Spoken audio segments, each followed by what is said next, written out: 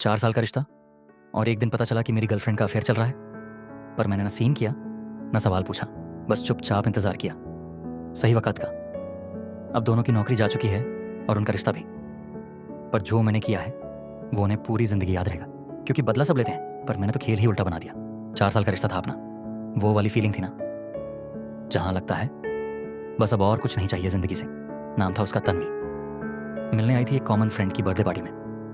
पहली बार जब देखा तो बस टाइम स्लो हो गया था। छोटी सी ड्रेस, खुले बाल और वो हंसी, ऐसा लगा जैसे कोई मूवी सीन चल रहा हो और मैं बैकग्राउंड म्यूजिक हूँ। उस दिन बात हुई थी बस 2 मिनट, पर 2 महीने में डेली चैट शुरू, फिर लॉन्ग कॉल्स और फिर वो वर्ड आई लव यू जो उसने पहले बोला था। पहले साल सब कुछ परियों जैसी कहानी जैसा था। उसके बर्थडे पे मैंने पूरा कैफे बुक कराया था। दिवाली पे उसके लिए पायल खरीदी, छोटी सी थी पर वो बोलती थी जब चलती हूँ तो बस तेरी याद आती है। मैंने भी सीरियस होकर अपने माँ बाप तक से मिलवा दिया था उसे। उसका MBA चल रहा था, रात को असाइनमेंट्स में हेल्प करता, PPT बनाता और सुबह उसे कॉफ़ी लेकर उठाता। कभी सोचा ही नहीं कि जिसको मैं इतना प्रायोरिटी दे रहा हूँ उसके लिए मैं शायद सिर्फ एक ऑप्शन था। धीरे धीरे कुछ चीज़ें बदलने लगी थी। कॉल्स छोटी होने लगी, चैट्स में वो एक्साइटमेंट नहीं था और वीकेंड्स पे मिलना अब बिजी हूँ के बहाने रह जाता। पर मैंने ओवरथिंक नहीं किया, क्योंकि जब तुम किसी से सच्चा प्यार करते हो ना तो शक करने से ज़्यादा उसके झूठ पे भी भरोसा करने को रेडी रहते हो। फिर एक दिन मैं उसके फ़ोन पे एक मूवी डाउनलोड करने गया था। नेटफ्लिक्स की टैब खुली थी पर पीछे कुछ और खुला था, एक वीडियो 9 सेकंड का। तन्वी किसी और के साथ थी, किसी और के बेड पे, किसी और के जिस्म से लिपटी हुई। मुझे लगा जैसे दिल वहीं रुक गया। मैंने कुछ नहीं बोला, बस फ़ोन वापस रख दिया और वॉशरूम में चला गया। आईना देखा और पहली बार लगा मैं कितना बेवकूफ़ था। उस दिन ना कुछ तोड़फोड़ की, ना लड़ाई, ना कॉन्फ्रंटेशन। मैं बस बैठ गया एकदम चुप, पर अंदर से कुछ जाग गया था। वो हिस्सा जो कभी प्यार करता था अब सिर्फ बदला लेना चाहता था। उस दिन के बाद से मैंने ना कोई सवाल किया, ना कोई इमोशनल ड्रामा। तन्वी को लगा शायद मुझे कुछ पता ही नहीं चला, और वहीं से मेरी चालें शुरू हुई। मैंने अपनी फीलिंग्स को पॉज कर दिया और अपने दिमाग को प्ले। मैंने सबसे पहले उसके रोज़ के बहानों पर ध्यान देना शुरू किया। उसका मैं कॉलेज में हूँ, लैपटॉप क्लास में है, व्हाट्सएप डिलीट कर दिया, स्टोरेज फुल था। ये सब बातें अब मेरी प्लानिंग का हिस्सा बन चुकी थी। हफ्ते भर में मुझे उसका अफेयर लड़के के नाम तक पता चल गया था, आदित्य।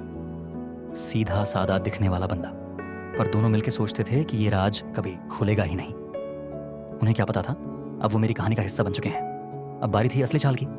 सबसे पहले मैंने आदित्य की नौकरी और उसके काम का पता लगाया। वो एक स्टार्टअप में काम करता था, बाहरी लोगों से डील संभालने के काम में। मुझे बस एक छोटी सी चूक चाहिए थी और मैंने उसे ढूंढ भी लिया। एक दिन मैंने उनकी कंपनी की वेबसाइट से इंक्वायरी डाली।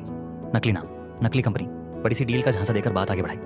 फिर उनसे कॉल पर बात की और एक प्रेजेंटेशन मांगी।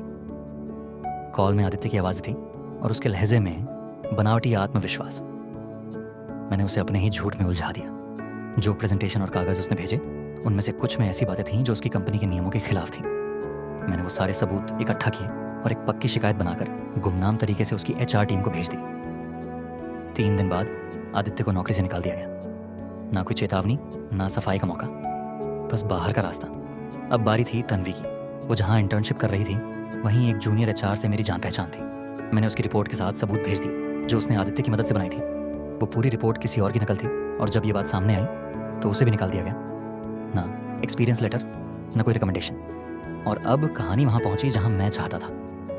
दोनों के पास अब ना नौकरी थी, ना पैसा और ना ही सुकून। पर यहाँ भी मैंने कुछ नहीं बोला। कोई टेक्स्ट, कोई कॉल, कोई ब्लेम, बस साइलेंस। क्योंकि तन्वी और आदित्य अब बेरोजगार थे। दिन भर एक दूसरे को दिलासा देते, शायद किस्मत को कोसते होंगे, पर असली आग तब लगी जब उन्हें पता चला कि ये सब मैंने किया है। एक शाम मेरी कॉल आई तन्वी के पास 4 महीने बाद। अचानक उसने कॉल उठाया और बस एक शब्द बोली, हेलो। मैंने कहा, कितना अच्छा लगता है ना जब कोई तुम्हें वैसे ही तोड़ता है जैसे तुमने मुझे तोड़ा था। कुछ सेकंड सन्नाटा, फिर उसकी घबराई हुई आवाज़ आई, क्या मतलब, क्या? तो मैंने कहा, हाँ, वो इंक्वायरी, वो शिकायत, वो रिपोर्ट सब मेरी थी और अब तुम दोनों वहीं हो जहाँ तुम्हें होना चाहिए था, बिल्कुल नीचे। उसका गला सूख गया था। मैं साफ सुन सकता था। बोलने की कोशिश की पर आवाज़ कांप रही थी। मैंने कहा, मुझे अपना अपमान वापस लेना था क्योंकि तुमने मेरा प्यार मजाक बना दिया था। अब मेरा मकसद पूरा हो चुका है। अब ना मुझसे कुछ सुनने की ज़रूरत है और ना माफ़ी की कोई उम्मीद। और मैंने कॉल काट दी।